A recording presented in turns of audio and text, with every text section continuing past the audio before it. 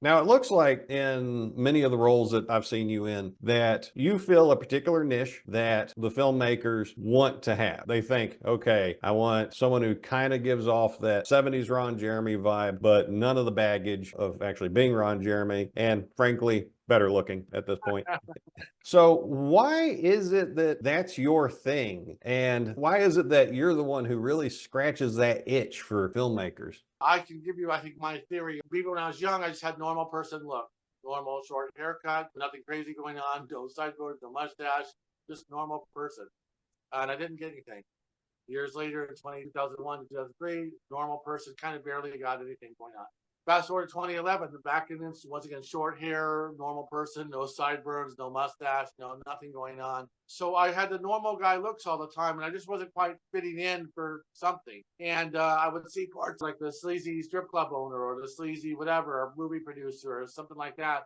And I think of guys with like sideburns and mustaches. And I was thinking, well, why don't I just try that? Well, I'll just kind of grow out my sideburns kind of crazy and grow a mustache and, and let my hair go a little bit more wild. Because in reality, when you go out for a part, no matter whether you look like this or whether you look like a normal person, what happens is so you go on an audition for some other production and they see that you have a beard or a mustache or something like that, they might say, okay, are you willing to shave? And 99% of the time, say, yes, no problem. Unless you're booked on another project that requires you to have all that stuff, like when you can't shave. You know what I mean? So you just say, sorry, I'm on this other project. I can't do that. Now, real quick on that same note, a couple months ago, I auditioned for some major company. I forget what it was, a major product brand. I did the first audition, then I went to the callback. And the callback audition, the way the first audition works, is just you and a casting director and a camera, and that's it. But our callback audition, that's when they've narrowed down all the rabble to get to like maybe 20 guys that they're going to have to call back on. These are the guys that are now the main contenders now. So you go in for the callback audition. So I went in for the callback audition. And in the callback audition, generally, especially for a commercial, you've got the director there, the producer there, the ad agency people, the people from the company. So let's just say it was Coca-Cola or something, which I've done before also. It never got released, but there's a lot of people there. Okay, there might be like 20 people there on the other side of the camera, right? Okay. So on that one, I forget what brand it was, the casting guy again said, oh, are you willing to shave or cut your hair? And before I could answer, the director guy sitting there goes, no, no, no, no. He says, you look perfect as you are. We're not cutting out any. He goes, we're not shaving or cutting anything. And then the casting guy was like, okay. And I said, okay, yes, no problem. Then that was funny because that was the first time that I ever had where the director himself was like, oh, no, no, no, no, no. You looked at the perfect look for what we want. Anyways, ultimately, I didn't get the part, but I did well at the callback. They had me stay there for like 15 minutes going back and forth, which was a very good sign. But that just goes to show you also, even if they like you, you still may not get it. And it's not just because you did a bad job acting, or just maybe some nuance of some other person just had a little bit of some extra thing. The director might want you, but the ad agency people and the company might suddenly say no. And then that's that. So it's Mm-hmm. just how the nature of the beast when you're doing it. So that's why I said there's always a million reasons that an actor didn't get a part. It's not just because they were like did a bad job. There's just all these other factors. Maybe they don't match right for the family that they're supposed to be attached to, Right. or whatever other forces. They're too tall, or they're too skinny. You know it when you see it. When you've done casting before, like I've been on the other side of the coin, doing casting for my own projects, where I've had to Mm-hmm. call actors in to audition for me that were strangers I didn't know. And you just kind of know it when you see it. When you see the guy or the woman that's right for the part, they do the right performance. They have the right look. Suddenly, it's just you know it when you see it. Then you cast them, and then hopefully it works out. Usually, it works out fine. Speaking of casting, when they were casting Gilligan's Island, originally they wanted somebody other than Bob Denver, but then Bob Denver came in, and they're like, "Oh, this is the guy." But one other funny thing about that was for the skipper, they had auditioned Carol O'Connor, who plays Archie Bunker. Oh, yeah. Carol O'Connor came in to audition for the skipper. Now, of course, he didn't get cast, and you can clearly see why. Like, can you imagine? His energy is completely different. You see what I mean? Versus like Alan Hale Jr. Oh, yeah. You see what I mean? You can just kind of know it when you see it. But it's so funny when you think of Carol O'Connor auditioning for the skipper on Gilligan's Island because he's such a downbeat Carol O'Connor's That'd have been a performance. different character. Yeah. It would have been a completely different vibe, and it wouldn't have been funny suddenly when he's hitting Gilligan. You know what I It mean? would have been more pathetic, I think.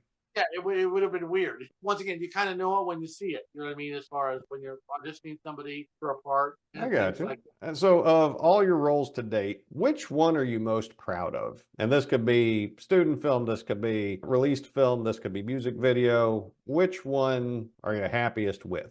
Yeah, I think the one that I'm happiest with, which was sort of the biggest one, it's a low budget feature film called Tidy Tim's. It's about a used car lot. I've got a couple of, they're all the downbeat guys with the funny outfits and hats. I play a character called Mr. Onofrio in that. My biggest part ever, like I'm in like 5 major scenes in the whole movie with lots of dialogue and stuff. So it's sort of the biggest project that I'm in depth into as far as performance wise. And we also had a premiere and everything. We won a festival award for comedy film. It was a fun experience to go through. We had the whole red carpet thing at the festival and got pictures with everything. But anyways, and you know what? That was in like January of 2020 before COVID hit, thank God. Otherwise, it would have ruined our whole premiere thing with the red carpet thing. Anyways, yeah, we did that in January 2020 as far as the film festival. But anyway, so that was one of the most biggest projects I'm most proud of. Other ones I really like being part of, but they never amounted to, they never became anything, was other little projects. There was one where it was a guy trying to make a feature film about zombie boxing league, about zombie boxers or something.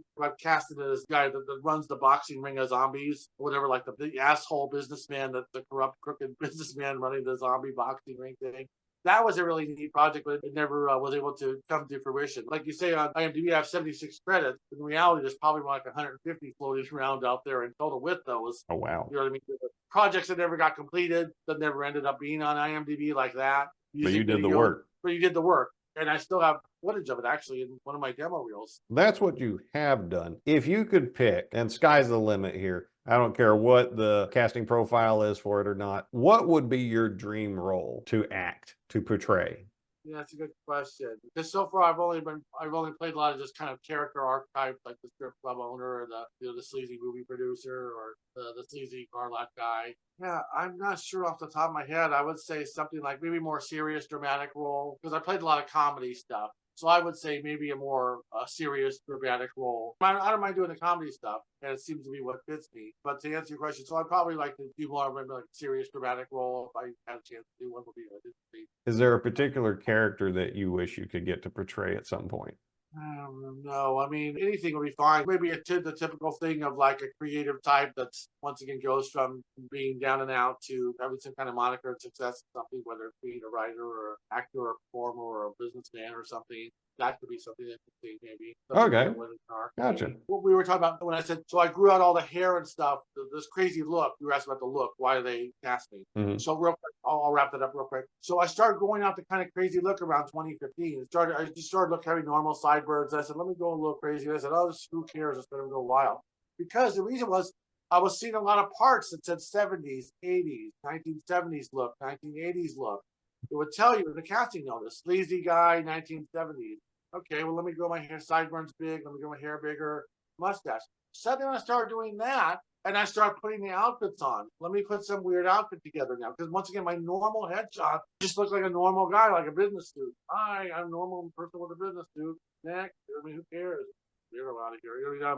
So when I started putting on the funny outfits, the character outfits with the hair and everything and the hat, I found this hat somewhere or hat somewhere. Suddenly, I invented a look that the directors or casting people didn't maybe even conceptualize until they saw the picture. Son, oh, look at this asshole. My friend, who's this a-hole? Whoa, this guy really, look at these sideburns and this mug. Call that guy in. Tell him to wear that outfit. Suddenly I go in and they tell me, wear that outfit. I go in, oh man, blah, blah, blah, blah. And then I started getting more jobs because I started to cultivate a unique look that suddenly the other people weren't thinking of consciously. They were just thinking, thinking in terms of, oh, look at this guy. You gave them something to think about. Exactly. Gave them like some meat on the bone with a weird kind of persona or look and feel that they didn't quite realize until they saw it. Then it's like, that's what we want. We want that. You know and then they realized they wanted it and they had to have more of it.